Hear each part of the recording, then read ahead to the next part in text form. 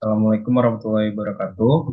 Nama saya Irwansyah dari kelas TT 4511 dengan NIM 110121345.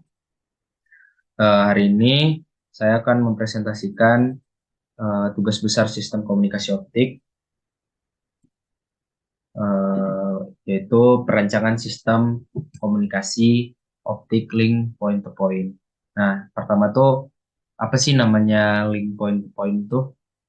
Jadi point to point itu sering juga disebut PTP, di mana sebuah jaringan yang menggunakan dua perangkat harus terhubung secara wireless atau tanpa kabel maupun juga menggunakan kabel. Nah, pada kesempatan kali ini saya akan merancang sistem komunikasi optik link point to point dari STO PT Telkom Cilegon ke data center. Nah, yang pertama itu ada rumusan masalah di mana rumusan masalahnya yang pertama, buat rute pada Google Earth. Kalau saya NIM genap, jadi membuat dari STUPT Telkom Cilegon ke data center dengan koordinat seperti yang sudah tertera ini.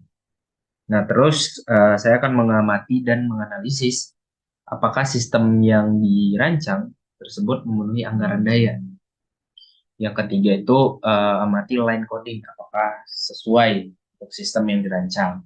Terus juga buat grafik antara bit error rasio dengan signal to noise ratio. Terus juga ada buat rancangan opti system. Nah, yang pertama tuh rute perancangan di Google Earth, di mana saya membuatnya di Google Earth ini. Nah, yaitu yang di sini itu PT Telkom Cilegon. Terus ke sini itu adalah si eh, data centernya dengan koordinat ini, yaitu dapat hasil tuh sepanjang 18,4 kilometer. Nah, selanjutnya itu ada spesifikasi sistem yang sudah tertera. Nah, dan saya sudah membuat tabelnya. Jadi ini. Terus parameter yang akan dihitung itu yang pertama itu link power budget, yang kedua rise time budget, energy dan airjet, terus juga ada bit error rate versus signal to noise ratio. Nah, terus kita akan pertama tuh ke link power budget, di mana saya menggunakan rumus PR sama dengan PS 2 dikali AC L per 4 dikurang 1, terus dikali ASP ditambah AF dikali L plus FS. Sehingga dapatlah hasil di mana PR-nya itu minus 13,08 dBm.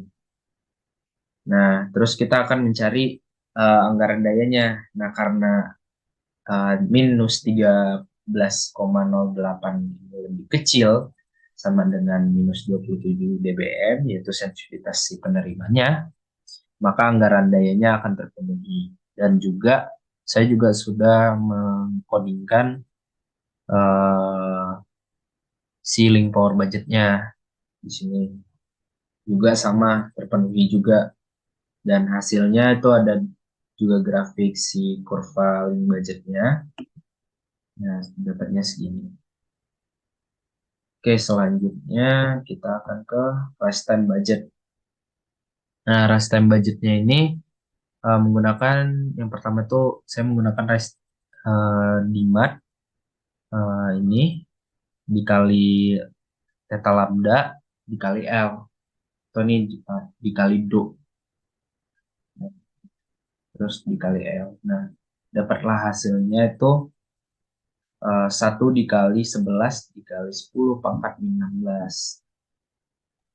Terus untuk rest time sistemnya atau RTS-nya itu saya mendapatkan 5,318538516 itu TSYS-nya. Nah, lalulah dapat analisis energi dan energetnya itu yang pertama kita harus mencari T bit rate-nya, di mana di sini kita mempunyai 1 per 1 dikali 10 pangkat 3 itu 1 gigabyte per second. yang di bawah 1 kali 10 per 3. Nah, hasilnya itu kita akan di sini kan sudah ditetapin 70% dan 35%. Nah, untuk energetnya 70% dan RJ 35%. Lalu kita kalikan dengan bit rate-nya sehingga dapatlah hasil di mana 7 kali 10 minus 4 pangkat minus 4 dan si RZ-nya itu 3,5 dikali 10 minus pangkat 4. Nah, untuk mencari apakah juga anggaran si RTB-nya ini memenuhi budget dan memenuhi di sini ada rumusnya menggunakan codingan ini perhitungan RTB, STS system, terus ini dia hasil RTB-nya. Nah, hasil ini juga memenuhi si energetnya dan RZ-nya memenuhi. Ini dapatkan juga kurvanya sama. Selanjutnya kita akan mencari bit error rate, X signal to noise ratio. Nah, ini perhitungan secara manualnya tuh bar-nya itu saya dapatkan 1,33 dan SNR-nya tuh 14,17 dBm.